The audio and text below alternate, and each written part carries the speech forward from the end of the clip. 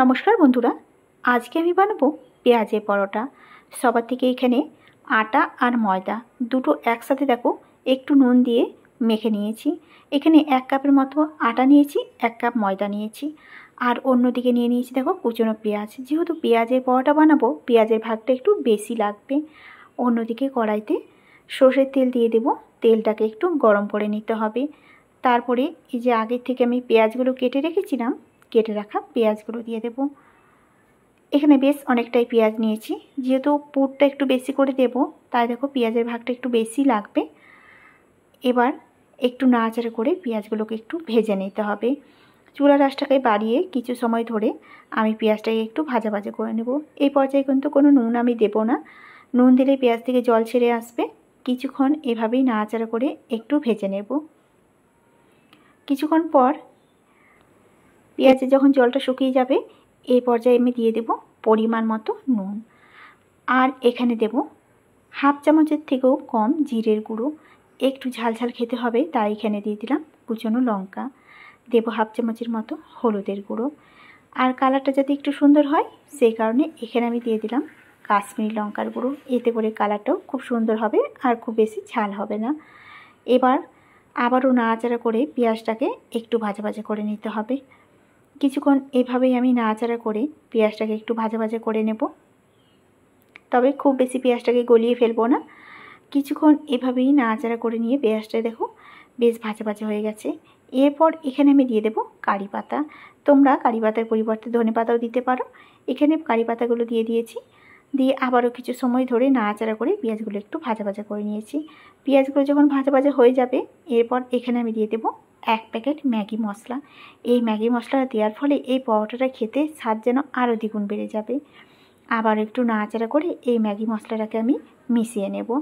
কিছুক্ষণ ধরে এভাবেই নাড়াচাড়া করে নিতে হবে। ভালো মতো মশলাটা যখন পেঁয়াজের সাথে মিশে যাবে, তারপরে এর মধ্যে আমি দিয়ে দিচ্ছি দেখো এখানে 4 চামচের মতো বেসন নিয়ে নেব। এই বেসনটা পেঁয়াজের মধ্যে দিলে বেশ একটু আঠা আঠা হবে, আর পেঁয়াজের যে এক্সট্রা জলটা সেটাও কিন্তু আর থাকবে না। এই বেসনটা দেওয়ার পরে আমি আবারও ভালো করে নাড়াচাড়া করে নেব। এখানে আরও 1 চামচের বেসন দিয়ে দিলাম। এবার দেখো ভালো করে নাড়াচাড়া করে কিছু সময় ধরে রান্না করে এবার আমি গ্যাসটাকে বন্ধ করে দেব। এবার এই যে পেঁয়াজের পুরটা আমি বানিয়ে রাখলাম, এটাকে একটু ঠান্ডা করে নিতে হবে। আর ঠিক এরকম হয়েছে দেখতে, ভীষণই সুন্দর হয় এই পেঁয়াজের পরোটা খেতে। এখন দেখো এটাকে আমি একটু ঠান্ডা করে নিয়েছি। পুরটা একদম ভালো মতো রেডি হয়ে গেছে। অন্যদিকে যে আমি আটা আর ময়দা একসাথে যে দুটোকে মিক্স করে মেখে রেখেছিলাম, তার থেকে দেখো লেচি কেটে নিয়েছি। যেভাবে আমরা রুটির লেচি করি সেভাবে লেচিগুলোকে কেটে নিয়েছি। এবার মধ্যেখানটাতে হাত দিয়ে এভাবেই পাতলা করে একটা বাটির মতো তৈরি করে নেব। প্রথমে ধারগুলোকে একটু পাতলা করে নেব, আর মধ্যেখানটা একটু মোটা রাখবো। একটু বড় করে এই বাটিটাকে বানিয়ে নেব, যাতে করে পুরটা বেশ ভর্তি ভর্তি করে দিতে পারি। পুরটা একটু বেশি করে দিলে পরোটাটা খেতেও ভালো লাগবে। এবার মুখটাকে এভাবেই আমি মুড়ে দেব। পেঁয়াজটা যেহেতু নরম, খুব সাবধানের সাথে আস্তে করে বেলতে হবে, নইলে পুরটা বেরিয়ে আসবে। হাত দিয়ে প্রথমে এভাবেই হালকা করে নিয়ে এবার দেখো হালকা হালকা করে আমি বেলে নেব। খুব বেশি চাপ দিয়ে বেলা চলবে না, তাতে করে পেঁয়াজটা বেরিয়ে আসবে। এখন দেখো পরোটাগুলো আমি বেলে নিয়েছি। ঠিক এরকমভাবে খুব বেশি মোটা কিংবা খুব বেশি পাতলা আমি রাখবো না। প্রথমে আমি শুকনো তাওয়াতে একটুখানি সেঁকে নেব। সেঁকে নিলে খুব ভালোভাবে এই পরোটাটা ভাজা হয়ে যাবে। এখন দুপাশটাই খুব সুন্দর করে সেঁকে নিয়ে উপর থেকে এবার দিয়ে দেব সাদা তেল।